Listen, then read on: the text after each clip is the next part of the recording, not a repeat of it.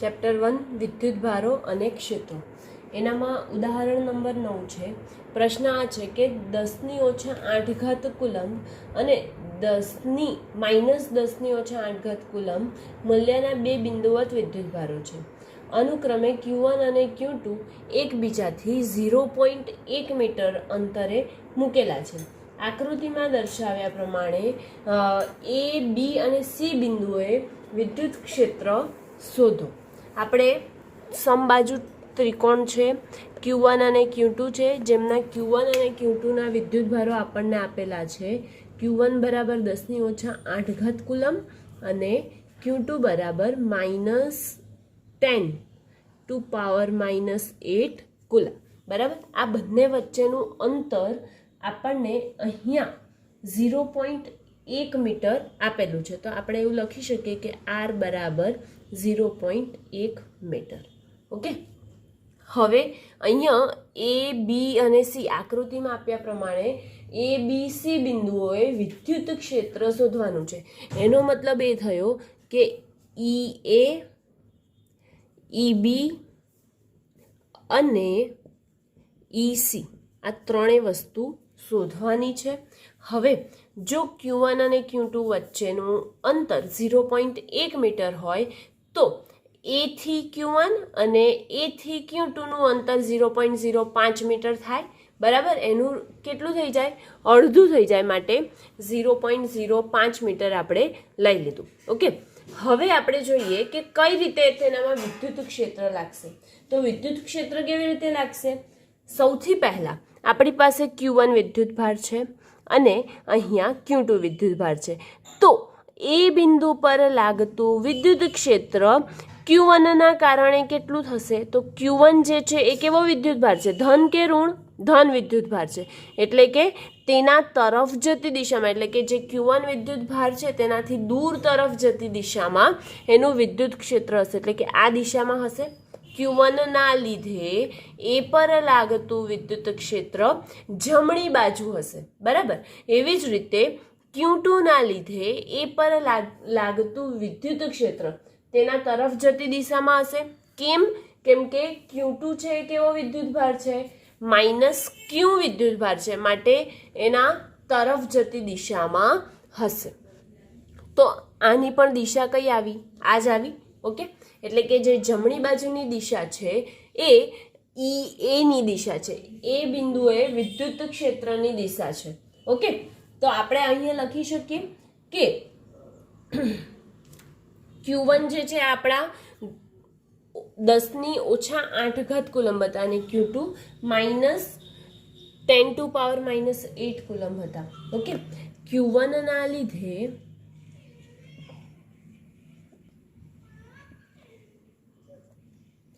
એ પર લાગતું વિદ્યુત ક્ષેત્ર E1 શેનામાં આવશે? એની દિશા બતાવવાની છે. એટલે કે સદિશ E1 બરાબર સૂત્ર શું આવે વિદ્યુત ક્ષેત્રનું? KQ upon R².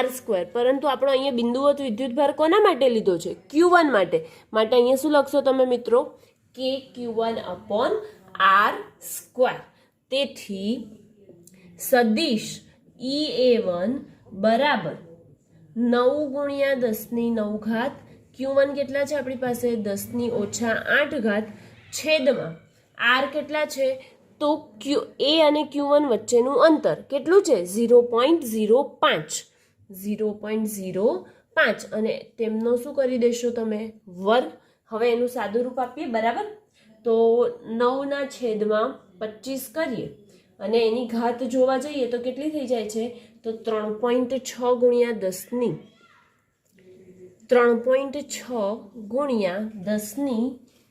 10⁴ ન્યૂટન પર કુલમ્બ થયું. આ શું આવ્યો? આપણો E1 આવ્યો. કોના માટે? Q1 વિદ્યુત ભારના લીધે એ પર લાગતું વિદ્યુત ક્ષેત્ર. પરંતુ દિશા અહીંયા બતાવવી પડશે. તો દિશા એ કઈ હશે? જમણી બાજુ હશે. કઈ હશે? જમણી બાજુ તરફની દિશા હશે. એવી જ રીતે કોના માટે કરીએ? તો બીજો વિદ્યુત ભાર કયો છે? Q2 છે. Q2 ના લીધે એ પર લાગતું વિદ્યુત ક્ષેત્ર, પરંતુ Q2 આપણો કેવો છે, માઇનસ છે, તો માઇનસ હોય તો એના તરફ જતી દિશામાં વિદ્યુત ક્ષેત્ર મળશે, માટે Q1 ના લીધે જે દિશા હતી એ દિશા જ Q2 ના લીધે વિદ્યુત ક્ષેત્રની દિશા આવશે. તો અહીં આપણે લખીએ કે Q2 ના લીધે એ પર લાગતું વિદ્યુત ક્ષેત્ર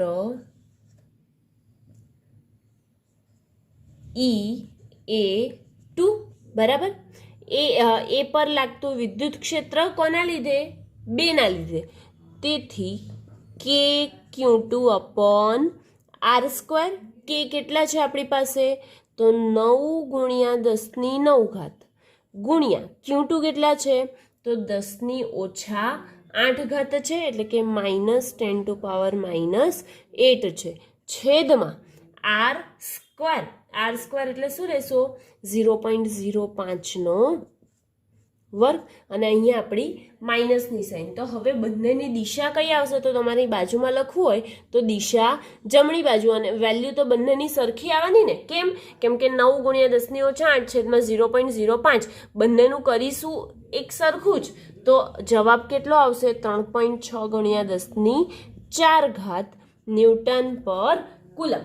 હવે અહીંયા દિશા બંનેની કેવી હતી, સરખી કે વિરુદ્ધ હતી, તો બંનેની દિશા સમાન હતી, માટે તે વિદ્યુત ક્ષેત્રનો શું કરવો પડશે, સરવાળો કરવો પડશે. માટે કુલ વિદ્યુત ક્ષેત્ર EA બરાબર EA1 પ્લસ EA2. EA1 કેટલા છે મિત્રો આપણી પાસે, તો EA1 છે આપણી પાસે 3.6 ગુણ્યા 10⁴ વત્તા અહીંયા શું છે, EA2 પણ 3.6 ગુણ્યા 10⁴. બંનેનો સરવાળો કરીએ, કેટલો જવાબ આવે, કેટલો જવાબ આવે, 3.6 વત્તા 3.6 એટલે કે 7.2, અને 10⁴ કોમન નીકળે એટલે કે 7.2 ગુણ્યા 10⁴ ન્યૂટન પર કુલમ. આ આપણને શું મળી ગયું, EA, અને તેની દિશા કઈ છે, તો તેની દિશા જમણી બાજુ તરફની છે. ઓકે, હવે સેમ આવી જ વસ્તુ કોની માટે કરવાની રહેશે આપણે, તો આ સેમ વસ્તુ બી બિંદુ માટે, બરાબર. બી પર આપણે વિદ્યુતભાર શોધીશું તેના માટે કરવાની છે. ઓકે, તો સૌથી પહેલા આપણે ફરીથી જેવું કર્યું હતું એવી જ રીતે કે Q1 ના લીધે બી પર લાગતું વિદ્યુત ક્ષેત્ર EB1. સૂત્ર આપણને ખબર છે KQ1/r². KQ1/r² થશે. હવે K આપણી પાસે કેટલા છે, તો 9 × 10⁹. હવે વાત આવી કે આની દિશા પણ જોવી પડશે. Q1 પણ આપણી પાસે 10⁸ છે, અને એની દિશા જોવી પડશે. તો આ જે છે એ Q2 થી એનું અંતર 0.05 છે, A થી Q1 નું અંતર 0.05 છે, તો Q1 થી B આ બધા અંતર કેવા છે, સમાન છે, માટે Q1 થી B નું અંતર પણ કેટલું થઈ જશે, 0.05 થશે, બરાબર. એટલે ટોટલ અંતર જે છે Q2 થી લઈને B સુધીનું એ 0.15 થશે. ઓકે, અને Q1 થી B નું અંતર પણ 0.05 છે. માટે હવે દિશા જોઈએ, તો બી પરનું વિદ્યુત ક્ષેત્ર કોના લીધે, Q1 ના લીધે. Q1 ના લીધે બી પર લાગતું વિદ્યુત ક્ષેત્ર ક્યાં જશે, બહાર જશે કે અંદર આવશે, તો હા બહાર જશે. કેમ, બહાર તરફની દિશામાં જશે, કેમ કે જો ધન વિદ્યુતભાર હોય તો તેનાથી દૂર જતી દિશામાં હોય છે. સેમ એવી જ રીતે કોના માટે કરીએ છીએ આપણે, તો Q2 માટે. તો Q2 માટે આપણે શોધીએ, Q2 ના લીધે બી પર લાગતું વિદ્યુત ક્ષેત્ર ક્યાં હશે. Q2 કેવો વિદ્યુતભાર છે, ઋણ વિદ્યુતભાર, અને જો ઋણ વિદ્યુતભાર હોય તો તેના તરફ આવતી દિશામાં એનું વિદ્યુત ક્ષેત્ર હોય છે. તો આપણે અહીંયા ક્યાં બતાવીશું, વિદ્યુત ક્ષેત્ર અંદર તરફ જતી દિશામાં એનું વિદ્યુત ક્ષેત્ર મળશે.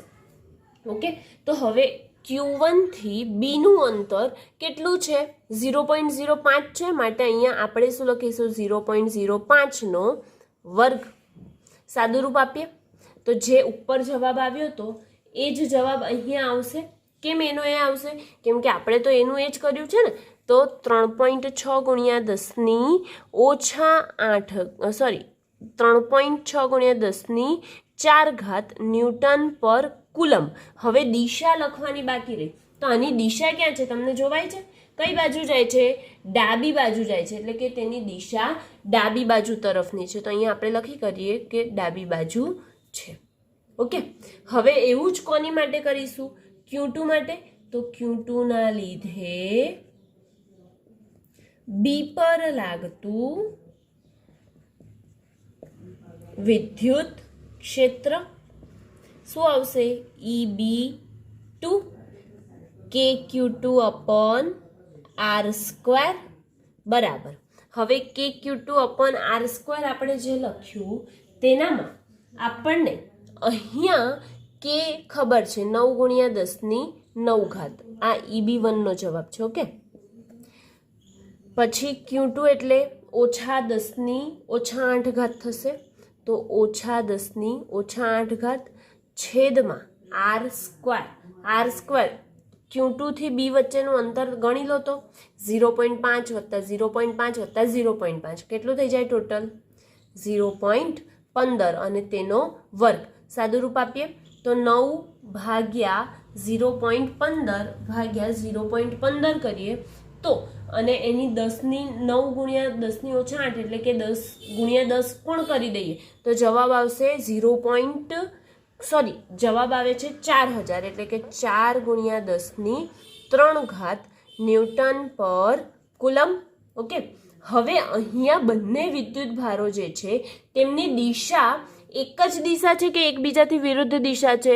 તો બંનેની દિશા જે છે એ વિરુદ્ધ છે. જોવાય છે અહીંયા? એક Q1 ના લીધે આ બાજુ છે ડાબી બાજુ તરફ, જ્યારે Q2 ના લીધે કઈ બાજુ છે? જમણી બાજુ તરફ છે. માટે આપણે શું લખી શકીશું કે બંનેની દિશા કેવી છે? એકબીજાથી વિરુદ્ધ છે. અને Q2 આપણી પાસે કેટલા આવ્યા? 4 ગુણ્યા 10 3 ઘાત ન્યૂટન પર કુલમ. હવે શું શોધવાનું છે? તો હવે આપણે તેમનું જે કુલ વિદ્યુત ક્ષેત્ર છે આ બંનેના કારણે તે શોધવાનું છે. તો આપણે જોઈએ કેવી રીતે શોધીશું. અને હજી આપણે C નું શોધવાનું તો બાકી જ છે. ઓકે,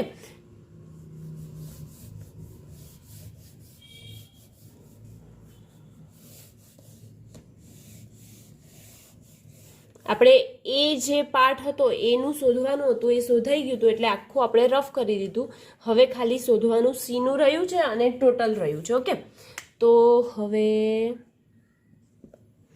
આ EB નું વિદ્યુત ક્ષેત્ર આવી જશે બરાબર Q1 ના લીધે. હવે અહીં કરીએ આપણે તો સદિશ EB બરાબર E1B વત્તા E2B થાય. હવે E1B કેટલા છે? 3.6 ગુણ્યા 10 4 ઘાત ન્યૂટન પર કુલમ છે. અને E2B આ બંનેનો શું કરવો પડશે? આપણે બાદ બાકી, કેમ કે બંનેના જે વિદ્યુત ભારો છે એ કેવા છે? વિરુદ્ધ દિશામાં છે. એટલે કે જે વિદ્યુત ક્ષેત્રની દિશા છે એ બંનેની એકબીજાથી વિરુદ્ધ છે. માટે એ બંનેની આપણે બાદ બાકી કરીશું. તો E1B માઇનસ E2B, તો અહીંયા પણ શું આવશે? -4 × 10⁻³ EB2 છે ને, તો 4 ગુણ્યા 10 3 ઘાત ન્યૂટન પર કુલમ. પરંતુ અહીંયા બંનેની ઘાત જુદી જુદી છે તો આપણે એને સેટ કરવી પડશે. તો 3.6 ગુણ્યા 10 4 ઘાત ઓછા 0.4 ગુણ્યા 10 4 ઘાત. આપણે આ બાજુ જઈશું એટલે કે ડાબી તરફ જઈએ તો ઘાત વધી જાય, તો 0.4 ગુણ્યા 10 4 ઘાત. બંનેમાંથી કોમન શું નીકળશે? 10 4 ઘાત. અને 3.6 માંથી 0.4 જાય તો કેટલા બચે? 3.2. તેથી 3.2 ગુણ્યા 10 4 ઘાત ન્યૂટન પર કુલમ. શું મળ્યું? વિદ્યુત ક્ષેત્ર. કયા બિંદુ પાસેનું? બી બિંદુ પાસેનું વિદ્યુત ક્ષેત્ર 3.2 ગુણ્યા 10 4 ઘાત ન્યૂટન પર કુલમ. આ તો ખાલી આપણે એનું મૂલ્ય મેળવ્યું. હવે એની દિશા શોધવી પડશે. તો દિશા જે છે એ ડાબી બાજુ તરફની આવશે. કેમ ડાબી બાજુ તરફની આવશે? કારણ કે જે મોટું મૂલ્ય હોય એ જ આપણને દિશા આપે. માટે આપણે મોટું મૂલ્ય 3.6 હતું ને 3.6 ની દિશા શું છે? ડાબી બાજુ તરફની. માટે આપણે અહીંયા કઈ દિશા લખી? ડાબી બાજુ. હવે રહ્યું કોણ? સી બિંદુ પાસે વિદ્યુત ક્ષેત્ર શોધવાનું રહ્યું ને. તો સી બિંદુ પાસે વિદ્યુત ક્ષેત્ર શોધીએ આપણે. ઓકે, ચલો. સી બિંદુ પાસે સી પર પણ આ બંને વિદ્યુત ભારના લીધે વિદ્યુત ક્ષેત્ર લાગશે. તો Q1 ના લીધે સી પર લાગતું વિદ્યુત ક્ષેત્ર ક્યાં જશે? ઉપર બાજુ. ઓકે, તો અહીંયા તમે શું લખી શકો? EC1 સદિશ. અને Q2 ના લીધે Q2 કેવો છે? માઇનસ Q છે, ઋણ વિદ્યુત ભાર છે. તો Q2 ના લીધે સી પર લાગતું વિદ્યુત ક્ષેત્ર ક્યાં બાજુ હશે? તે વિદ્યુત ક્ષેત્રના તરફ આવતી દિશામાં, એટલે કે અહીંયા હશે. તો શું લખશો? EC2. તો પરિણામી વિદ્યુત ક્ષેત્ર ક્યાં મળે? એ બંનેનું જે પરિણામી હોય એમની વચ્ચે મળશે. ઓકે, આપણે જોઈ ગયા છે 11માં કે કેવી રીતે પરિણામી મળે. તો હવે Q1 ના લીધે સી પર લાગતું વિદ્યુત ક્ષેત્ર EC1 બરાબર KQ1 અપોન R². કે કેટલા છે આપણી પાસે? તો 9 ગુણ્યા 10⁹ ગુણ્યા Q1 10⁻⁸ R. અહીંયાથી અહીંનું અંતર કેટલું છે? 0.1. એટલે 0.1નો સ્ક્વેર. કેટલું આવશે જવાબ? તો 9. એમનો એમ જ રહેશે. 10⁻9 - 8 એટલે 10⁻1 અને 0.1નો વર્ગ એટલે 10⁻2. ઉપર જાય તો 9 ગુણ્યા 10⁻3 કુલમ જવાબ આવે, ન્યૂટન પર કુલમ. તો 9 ગુણ્યા 10⁻3 ન્યૂટન પર કુલમ. આ EC1 મળ્યું. ઓકે, એવી જ રીતે E2C શોધવું પડશે. સોરી, EC2 શોધવું પડશે Q2 ના લીધે. તો Q2 ના લીધે સી પર લાગતું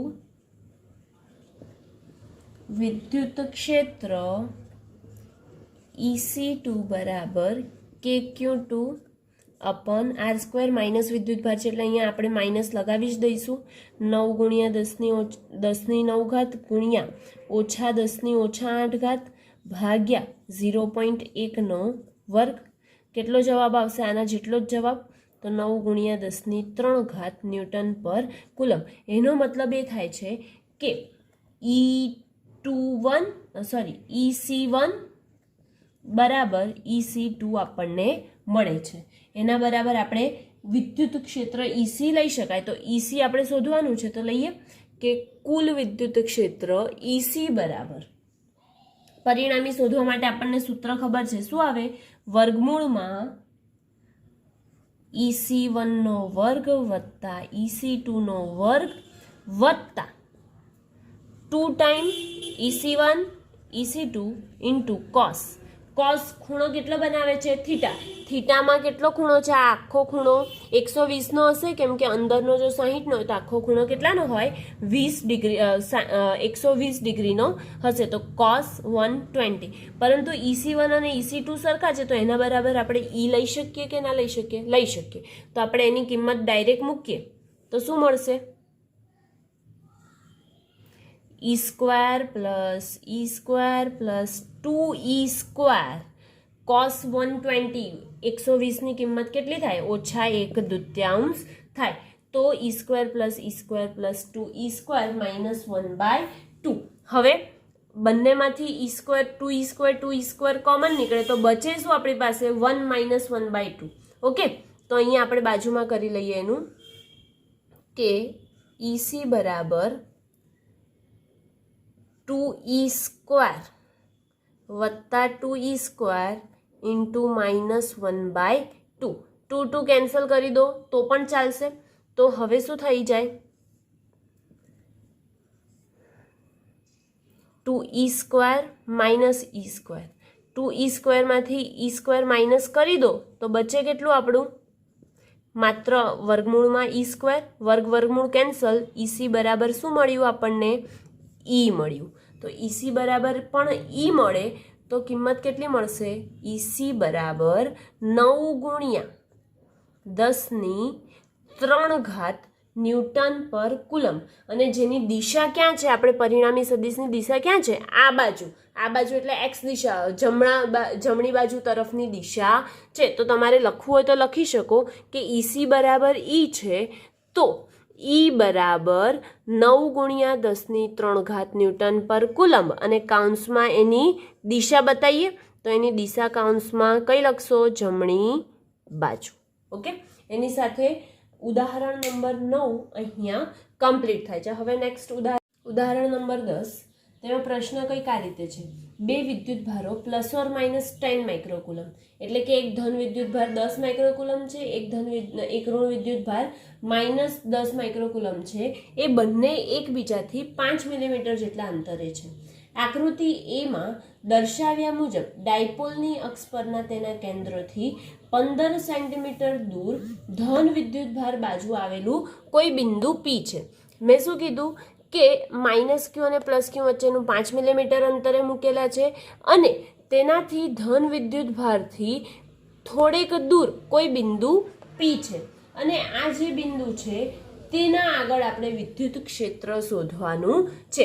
આકૃતિ બી પછી જોઈએ, પહેલા આકૃતિ એનું આપણે જોઈ લઈએ. ઓકે, તો સૌથી પહેલા આપણને ક્યુ કેટલા આપ્યા છે? તો અહીંયા ક્યુ બરાબર ±10 માઇક્રોકુલમ છે. એનો મતલબ કે ઋણ વિદ્યુત ભાર -10 માઇક્રોકુલમ અને ધન વિદ્યુત ભાર +10 માઇક્રોકુલમ છે. અને આ વસ્તુ કોના પર થાય છે?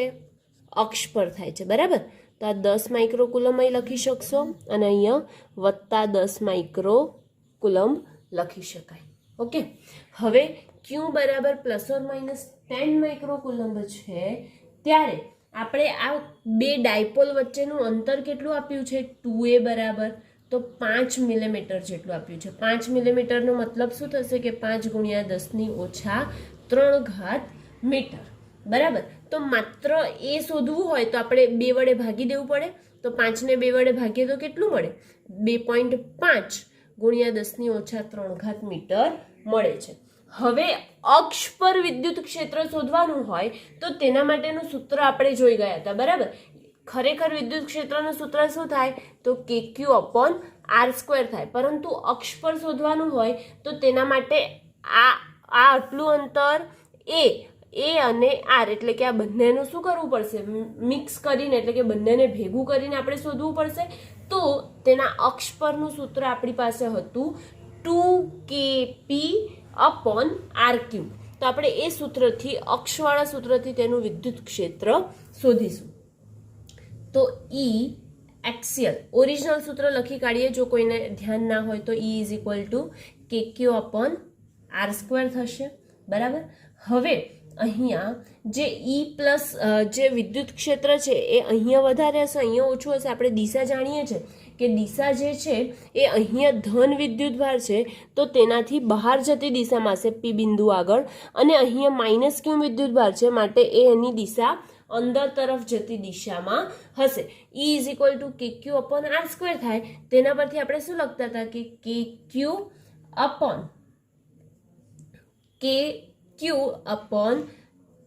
આટલું અંતર કેટલું થતું હતું? 2a જેટલું. માટે EQ/2a/R² + a²⁵/2 આવું લખતા હતા. પરંતુ 2aq બરાબર શું થઈ જાય? P થઈ જાય. તેથી 2kp/R² + a²⁵/2. અને જે a² છે એ આની સરખામણીમાં કેવા છે? ખૂબ નાના છે. માટે આપણે તેને અવગણી નાખીએ તો આપણને સૂત્ર મળે 2kp/r³. આ સૂત્રની આખી તારવણી આપણે કરી ચૂક્યા છે. જો અક્ષ પર વિદ્યુત ક્ષેત્ર હોય તો તેના માટેનું સૂત્ર શોધવા માટે. તો ઈ અક્ષ પર હશે ત્યારે 2kp/r³ થાય. ઓકે, હવે 2kp/r³ થાય છે તો 2/4 4πε0. પી એટલે ડાયપોલ મોમેન્ટ એટલે 2AQ થાય ને, બરાબર? તો 2AQ આપણે મૂકીશું તો 2A એટલે આ અંતર કેટલું છે 5 મિલીમીટર, એટલે 5 ગુણ્યા 10⁻³ મીટર લખો. ચલો તો પી બરાબર અહીં કારણમાં લખી દઈએ કે પી બરાબર 2AQ થાય. તો 2 ગુણ્યા 2/4πε0, કેની કિંમત મૂકી દીધી, પીની કિંમતમાં 2A ની કિંમત છે 5 ગુણ્યા 10⁻³ અને પી એટલે જે ડાયપોલ મોમેન્ટ 2AQમાં ક્યુ છે તે, હવે ક્યુ બાકી રહ્યો કેટલા થાય તો 10 ગુણ્યા 10⁻⁶, એટલે ડાયરેક્ટ તમારે 10⁻5 લખવું હોય તો પણ લખી શકો છો. આર એટલે આ બંને વચ્ચેનું અંતર કેટલું છે, અંતર તો 15 સેન્ટીમીટર છે ને. હવે 15 સેન્ટીમીટરને મીટરમાં ફેરવીએ તો આર બરાબર આપણને કેટલું મળે 15 ગુણ્યા 10⁻² મીટર મળે છે. ઓકે, તો 15 ગુણ્યા 10⁻², અને તેનો શું કરવો પડશે ઘન. હવે પાઈ અને ε0 ની કિંમત મૂકવાની બાકી રહી. આપણે પાઈ અને ε0 ની કિંમત મૂકીએ તો 2 × 5 × 10⁻³ 10⁻6 10⁻9, -9 માંથી 1 જતી રહે તો કેટલી ઘાત બચે -8 બચે, છેદમાં 4 ગુણ્યા પાઈની કિંમત કેટલી લખશો તો પાઈની કિંમત 3.14 ગુણ્યા ε0 ની કિંમત 8.85 ગુણ્યા 10⁻12 અને ગુણ્યા 1.5 ગુણ્યા 10⁻²નો ઘન. હવે આપણે એને કેલ્સીમાં ડાયરેક્ટ સાદું રૂપ આપીએ તો જોઈએ શું જવાબ આવે છે. આનો ડાયરેક્ટ જવાબ આવે છે 2.7 ગુણ્યા 10⁵ ન્યૂટન પર કુલમ. આપણે એટલું યાદ રાખવાનું રહેશે કે જો પોઈન્ટ જે છે તેને આપણે ડાબી તરફ ખસાવવાનો આવશે તો ઘાતમાં વધારો થશે, જો જમણી બાજુ ખસાવીશું તો ઘાતમાં શું થતો જશે ઘટાડો થશે. 2.7 ગુણ્યા 10⁵ ન્યૂટન પર કુલમ આવ્યું. આ શું આવ્યું અક્ષ પરનું વિદ્યુત ક્ષેત્ર આવ્યું, પરંતુ તેની દિશા કઈ છે એ તો આપણી બાકી રહી ગઈ. કઈ દિશા મેં હમણાં જ સમજાવી દીધું કે બી થી પી બિંદુ પર, એટલે કે બી બિંદુ પર જે +Q વિદ્યુતભાર છે તેના કારણે પી પર લાગતું વિદ્યુત ક્ષેત્ર. તો આ જે +Q વિદ્યુતભાર છે તો તેના લીધે વિદ્યુત ક્ષેત્ર કઈ દિશામાં હશે બહાર જતી દિશામાં. બહાર જતી દિશામાં એટલે જમણી બાજુ તરફની જતી દિશામાં. તો બી થી પી જેટલું, એટલે કે બીપી દિશામાં હશે શું વિદ્યુત ક્ષેત્ર. તો આપણને અક્ષ પર તેનું વિદ્યુત ક્ષેત્ર અહીંયા મળી ગયું છે.